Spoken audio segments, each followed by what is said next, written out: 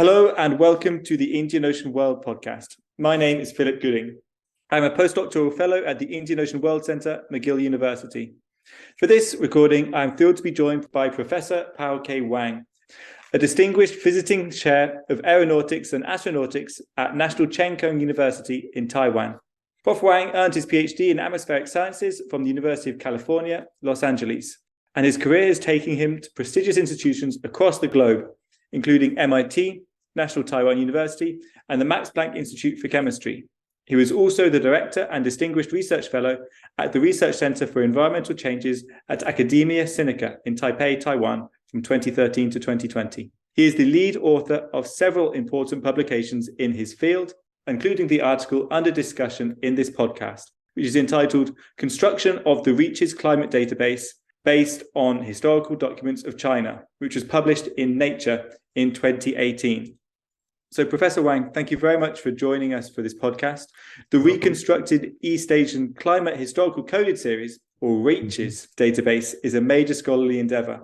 Could you just explain a little bit about the origins of this project and what got you interested in historical climate in East Asia to begin with? Sure. So let me start with my initial interest. And this goes all the way back when I was a child in Taiwan. I got interested in this ancient Chinese literature through my father, who was a sort of expert in this ancient Chinese literature. So I was able to read the classical Chinese literature ever since I was a childhood. And one of the things that always intrigued me when I read those records was these reports saying that the thunderstorm in the winter is a bad omen. And I always wonder why that is the case. So I asked my father, do you know why they say that? And my father said, no, he doesn't know. He wasn't a meteorologist anyway. So eventually I went to college and I majored in meteorology in National Taiwan University. And so supposedly our professor should be the expert in this area. So I asked one of my professors, say, do you know why in those classical texts says that the winter thunderstorm is a bad omen? And he says he doesn't know, and that's where I started to get intrigued of why this is the case. So eventually I went to UCLA to study atmospheric science, and my major field is in physics, so it's still doing atmospheric physics. However, I put on my side as a side interest. One day I was reading a paper by Professor Ko-Ching Chu, who at that time was the vice president of the Chinese Academy of Sciences. So he worked on a paper called the Reconstructed Chinese Temperature in the last 5,000 years. And he used all those interesting records, mostly phenological, but including some of the data of arrival of swallows or the data of some river frozen and so on, those kind of data. And it came out with a temperature curve showing that in the 3rd, 4th century it was cold, and then in the 6th century to 8th century, that was a warm period. And then become cold again and so on. So he had a curve. And so that get me interested. So I say, hey, since I was curious about why thunderstorm in winter is such a bad omen, I say maybe I can do a study using the similar method, but instead of using any of his biological phenomena or other kind of phenology, I would look out for the official chronicles in China, and I will collect those data whenever they record thunderstorm in winter. Then I'll pick up that up. So I went through, it's a huge effort to go through what they call the 24th century, 24 histories. It's a huge, huge document, more than 200 volumes. And then I gather all these records of the winter thunderstorms. And then I sorted out every 30 years. So I counted the frequency every 30 years. And my original thinking is that, well, since Chu has this temperature curve, and I will have this frequency of the thunderstorm in winter. And my original thinking, as any meteorologist probably will guess, is that when the winter is warmer, you're going to get more thunderstorm anyway, because it's warmer, more convection, and so on, so on. So when I finished, it's just completely the opposite. Whenever it's colder, you get more thunderstorm in winter. And I say, what? That can be true, So I went through all the record myself, and just to check, did I do anything wrong? And this is totally independent of what the Chu did, because he didn't care about what the winter thunderstorm is. So in his reconstruction of temperature curve, he didn't use any thunderstorm data. So I just used singly thunderstorm data to do, and it turned out that it's a completely opposite, and the correlation is like a minus 0.7 or something. And that is a fairly incredible anti-correlation. Yeah. Yeah. So it means that whenever it's a cold climate, you're going to have a more thunderstorm in the winter in China. So that was the beginning of my interest in doing this. So I published a paper in 1980 when I was still in UCLA as a adjunct associate professor, assistant professor, and I published a paper in climate change on that. It's about the winter thunderstorms, and so that was the beginning of this work. Then in 1984, I went to China as the representative of NOAA's. They want to have a collaboration with Chinese Meteorological Bureau. I think they eventually called the Chinese Meteorological Administration. And by then, I was already a professor in University of Wisconsin in Madison. So I have been there since 1980 until 2016, retired there. And so 1984, I was sent to China and talked to people in the Chinese Meteorological Administration there. And they had a lady, last name is Zhang. She also did some historical work. It turned out that she compiled the flood and drought records of China in the last 500 years. And she actually published a sort of annual, it's an atlas, the atlas of the flood and drought distributions in the last 500 years in China. So that was very interesting. But the way they did, of course, is very, very labor intensive. They just put they have, I mean, what you have in China is always, they have a lot of people anyway, so there's no problem to find it. Many people go through these old documents and find out wherever you have a flood or drought, and you put it on, and they put it on the map and then hand-drawn contours on them. So you get a 500 maps, and they publish a book on that. And so she talked to me and said, oh, that's interesting. Of course, back then, that was the beginning of the personal computer. And as you know, China back then did not have any real computer facility at all. So everything was hand-drawn. And I pointed out a few possible defects of such analysis. And one, as you can imagine, is that you tend to have a bias towards wherever records are more abundant. So in like a neighborhood of Beijing or neighborhood of Shanghai, you get a lot of records. And if they say there's a lot of flood, you tend to draw a lot of circles there. That's the center of, you tend to, oh, that's where the center of the flood is. But in reality, it just means you got more records there, So I said that you have to somehow normalize this of area-wide. So you have to do some kind of spatial analysis. And of course, they had difficulty of doing that because, first of all, they don't have a computer. And how do you calculate the aerial mean or things like that? So they decided to send her to Madison to join me, and NSF gave me a project. So we started collaboration back in 1984. So that was really the beginning of more or less systematic work. So aside from my regular physics work, I also work a bit on this climate reconstruction.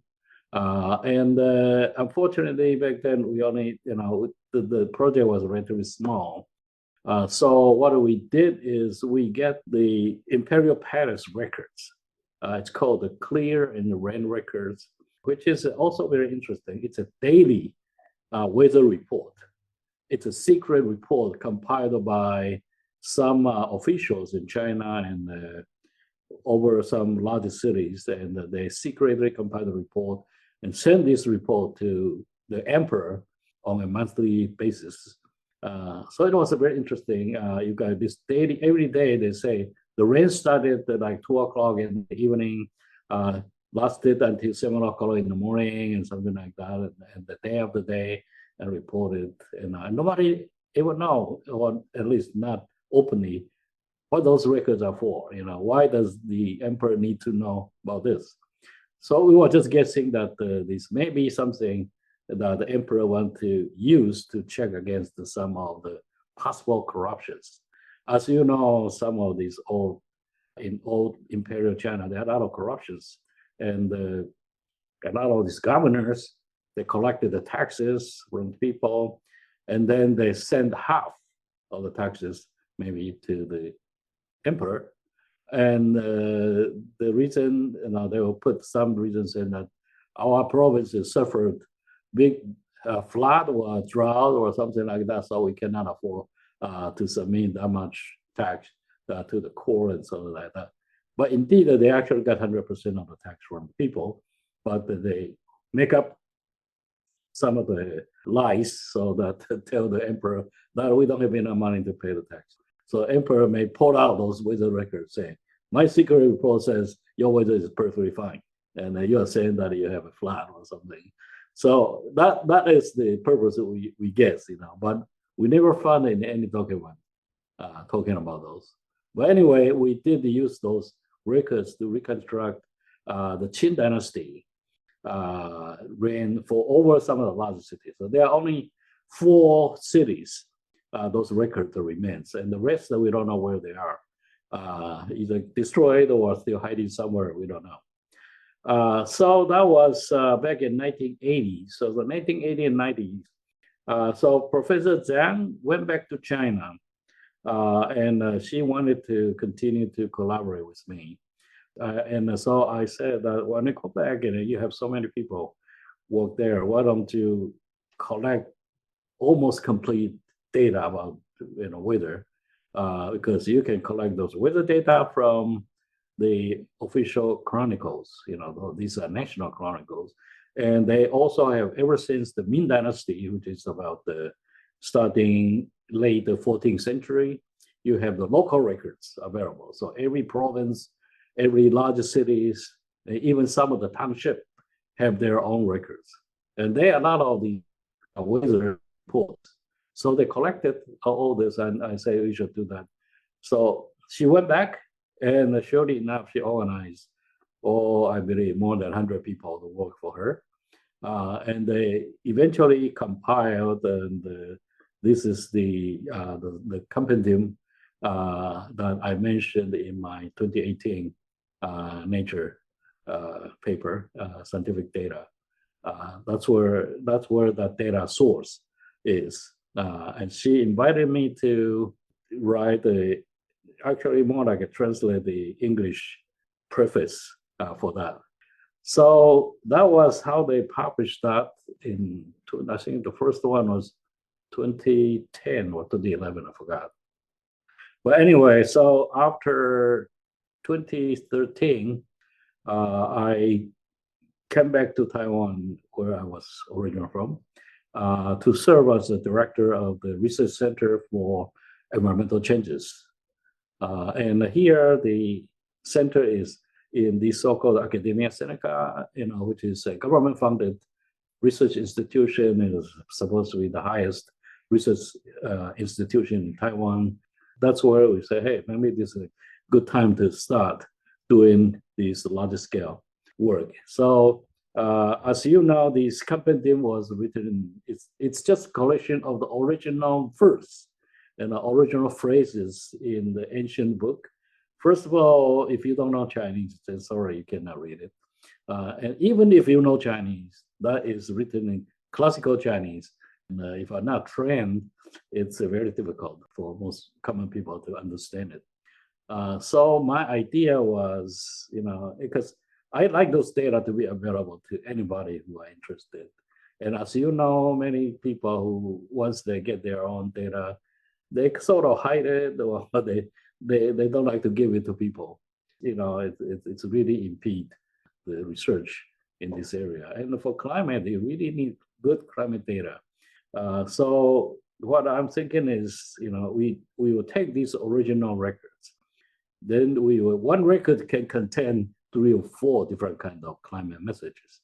It can be weather, and could be about the kind of rain you have, or maybe kind of precipitation, maybe it's snow, so there are all kind of different information in one record. So what we did, it was, okay, we take these compendium records and we carefully read it, and then we sort it out. And so one record may become 4 or 5 different entries. And we give those phenomena, each kind of phenomena, like the rain, one code, and the light rain, another code. So it's rain coding, and then there's light rain, heavy rain, or something.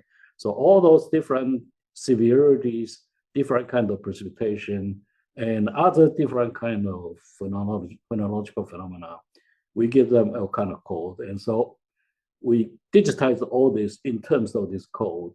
As long as you have the dictionary, you go into this database we came up with, you can read it yourself. You can come up and you can form the series yourself. And so that was the purpose. And so that was pretty much done. We are pretty much done with that, and we have give this original database. We store this in the NOAA site that we mentioned in the Nature paper. So in the Nature paper, at the time of publication in 2018, right, there were about 50,000 rows of data for the period 1644 to 1795. Does this mean it's grown since then as well? Yes, we actually have finished the company has 4 volumes, but the most important actually is the volume 2, 3, and 4. And that's starting from the Ming Dynasty, which is the year 1368. So we now have finished its hosting from 1368 to 1911. So it covers the Ming and Qing Dynasty, which is very useful, because once you have these about 500 a year, or so, let's say 600 a year data, that's useful for people to do the climate study, so that you can use that to validate any climate models. So if somebody claims his climate model is good, and if we know some kind of climate forcing, volcanoes or whatever oceanographic forcing they know of, and they put in their model and try to reproduce the past climate. If they can do that, then I can say, well, I believe your model is of any good. If they can't even do that, then why should we believe the model? So I think that's a good thing to test against the models. Have you found much discrepancy between the climate models and what's in the REACHES database? And so there's 2 things. You can have the climate models, which kind of have model the whole climate, often at a global scale, but also actual natural proxies within China, for example, tree rings. Do you often find there are similarities or are there discrepancies? And if there are discrepancies, how have you resolved them, or has there been a fight or reconciliation to try and improve the data on both sides? Yeah, so far we just finished constructing the database. So these are the original records. In the last few months, we almost finished the paper of reconstructing the temperatures. It's going pretty well. So we are going to come up with a paper very soon. And so we actually have not carefully checked against other data yet. So whether there is a big discrepancies or not, I'm not sure. But I knew of some of the discrepancies before. And one of the possibility is that, when we came up with a average, like an annual mean temperature of China or a monthly mean or something, and people always take this and go against some of the natural proxy.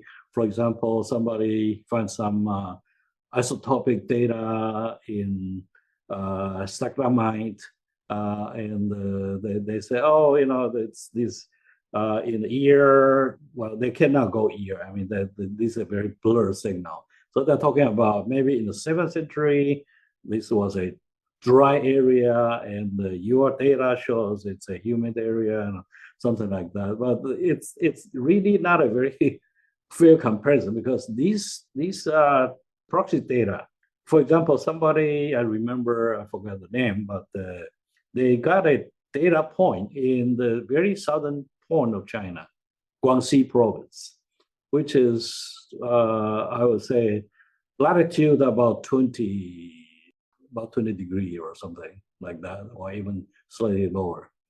And they used one single point to say the Tang Dynasty climate is going drought, and that's the reason why Tang Dynasty collapsed. I said, wait a minute, you cannot just make conclusion like that and base just one point. And China is a big area, right? So the climate there changes a lot. I mean, the north-south, there's huge difference, and you cannot expect that not only that the climate at one time different, but the climate trend can be very different. So, and I believe there are some. Actually, Professor Zhang, my collaborator, they have a paper arguing these kind of discrepancies. And I believe her point more because the human records has much more data than these natural proxies. And people always say natural proxies won't lie. Well, that's true. The problem is the natural proxies has ambiguities. You don't know what causes that.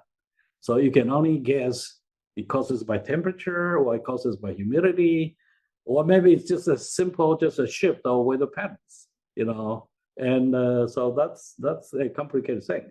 On the other hand, on human, when they say cold, I will say, yes, it's cold. When we use this technique to come up with the reconstruction of temperature, we have reasons to believe that these historical records are real.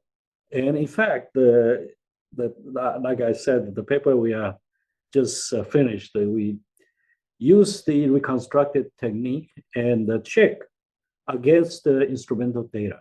We are so lucky that at the end of near the end of 19th century, there were these missionaries in China that set up some observatories. And in particular, this one in Beijing was set up by some Russian churches, and they got some of these instrumental records. And at the same time, we have these records we came out with from the ridges. So we make this reconstruction and compare with these instrumental records. When you do the 10-year running mean, you compare the two records, the correlation is 0.9. So it's not 1, but very close, so, which means that using historical documents to reconstruct climate is, credible. You can believe in this type of reconstructions, and I think they will come up with very good results. You can never get one correlation. 0.9 is incredible. No. It's incredible. But incredible when I see this 0.9, I was already shocked. I wouldn't believe. If I get 0.5 or 0.6, I think I'll be overwhelmed. But this 0.9, that's incredible. That's impossible. But it's true. So we have to publish all this and let people know that the historical records are useful. And so ever since I work on this historical climatology part, and I sometimes encounter some of the professional historians who always say, these records are random and you never know whether you can believe this or not. I say, well, yeah, there are always some bias, but you can believe in the trends because the trends are usually true, and you can always see while people may have some kind of bias, but as you work carefully, you can always remove those bias. One of the bias we have seen is very natural. About the temperature, some of the record we use is that people claim that this year is very cold. But what do you mean very cold? So the feeling of coldness is very different. People for you guys in Montreal, when you say cold, that must be really cold. But for people in Taiwan, when they say cold, you may laugh. You may say that's not cold at all. We have seen that kind of bias in these records. Everyone who record these colder years, and people in northern China, central China, and southern China, many times they all recorded cold years. But in the south, they all say it's very cold. And then the north just say it's cold. Not very cold. So you have these kind of discrepancies, but that can be calibrated. I believe. Yeah. So you mentioned them just then, professional historians, and I count myself as one of those. And I think a lot of our listeners are professional historians as well. Right. One of the challenges of interpreting the qualitative reports that have been collected into the Compendium of Meteorological Records of China is that obviously different authors use different terms for describing what they saw. Now, historians will be very kind of used to using qualitative data and making interpretations based on that.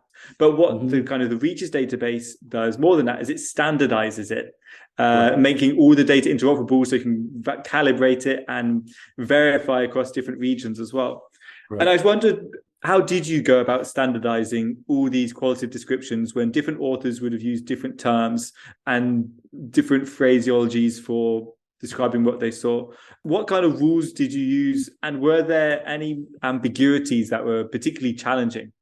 Actually, very fortunately, the way of recording those phenomena are pretty much standardized. Ever since Han Dynasty, that's one of the good things working with the Chinese documents. This is especially true in the official chronicles. They have a fairly systematic way of recording those. Yeah, there are some variations term, but we can see easily what they mean. There are some ambiguities. Sometimes we couldn't even comprehend what they say, but that's very rare. It's possibly due to either the what you can call typo or something.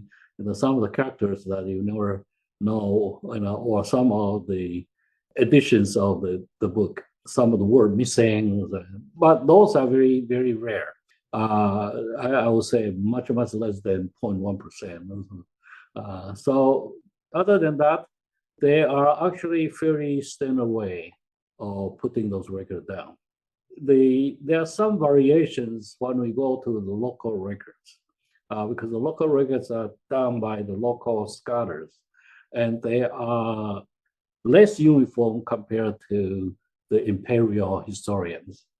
So the imperial historians, they use a very standard term, passed from ages of dynasty after dynasty. But the local records, they have more variation. But even there, the variations are not that great. They are still pretty much standardized. So it's I don't think there is much difficulty there. It's more difficult how we decide to use as the indicator. When you get a lot of snow, does that mean whether it's cold or not? When I read some of the old literature, somebody will say, "Oh, when the trees are coated by a layer of ice, it means very cold." But ever, been living in Madison, Wisconsin before, I knew that was not the case. That just means the temperature actually is close to 0 degrees C. So you get freezing rain, and then when they fall on the trees, they become freezing rain. So it's not particularly cold. So we are aware of this type of phenomena. So when you carefully sort it out, it turned out to be you can get very good results. Fair enough. So that's really interesting. Now, one of the things that I really loved about the Reaches database is how actually easy it is to use. Right. Someone like me who wasn't trained in Chinese history, who has a fairly decent knowledge of GIS, was able just to here we go, let's get started. I can sort out some of this data and get stuck in and start mapping some things and actually start mapping some change over time. Yes. I've got some questions for you. Just a question about that. Put yourself in my shoes for a minute, or someone like me's shoes, someone who's interested in understanding historical climatology from documentary sources. With the Reaches database, where would you start? Well, what periods are particularly interesting? Where's the data particularly rich? And how would you start methodologically going through it? Okay, I would say you can start with the Qing dynasty. That's the last dynasty because, first of all, there are a lot of records available, and there are a lot of other records that you can use to check against the quality of the data you come up with. For example, all the records we got are from Chinese records.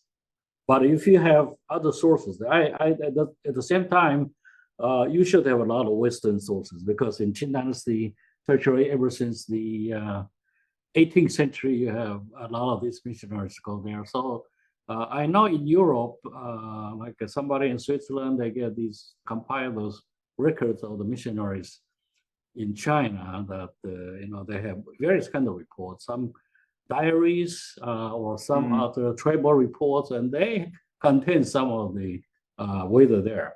And so I would say if you get some of the richest data of a certain, because we do have these longitude and latitude, so you can pick up a city, maybe not a large city, because there's about to be a lot of people working on those large cities like Shanghai or Beijing. If you can pick up some of the more inland area like Wuhan, and then try to see if there are some other Western sources and work it together. I think it will get very fruitful paper because I don't think anybody worked very much in this inland area. That would be a very interesting thing to work with, and to see if whether the records in the company team would do the good service for checking those climate conditions. So it's an interesting exercise there. That's some wonderful advice. I might follow it up. I have absolutely loved working with the Reaches database, and I really want to thank you and your team. In fact, before parting, could you just say a little more about your team? Obviously, you mentioned a few of your collaborations. How did you put your team together in Taiwan? Can you just say a little bit more? How did you put your team together? Because there was a lot of there's a lot of interdisciplinarity there as well. Yes, indeed. In our center, we didn't really have the expertise in this area. I was the only one really ever had working on this. So I talked to our Institute of what they call the History and the Language. So there's another institute, and they have a lot of expertise. They don't know much about climate, but they do have a lot of history, and they have this so-called historical GIS, which is a great service. They somebody came up with a GIS system, and if you just input the time and the name, they will give you the longitude and latitude of that. And that is very important because for example, the name Beijing. What do you mean Beijing? Historically, there are a lot of Beijings. They mean different places. And Nanjing, there can be 4 or 5 different Nanjings at the same time, because China was not always one country. There are a lot of split into many small countries, and any capital south of their own capital, they call it the Nanjing.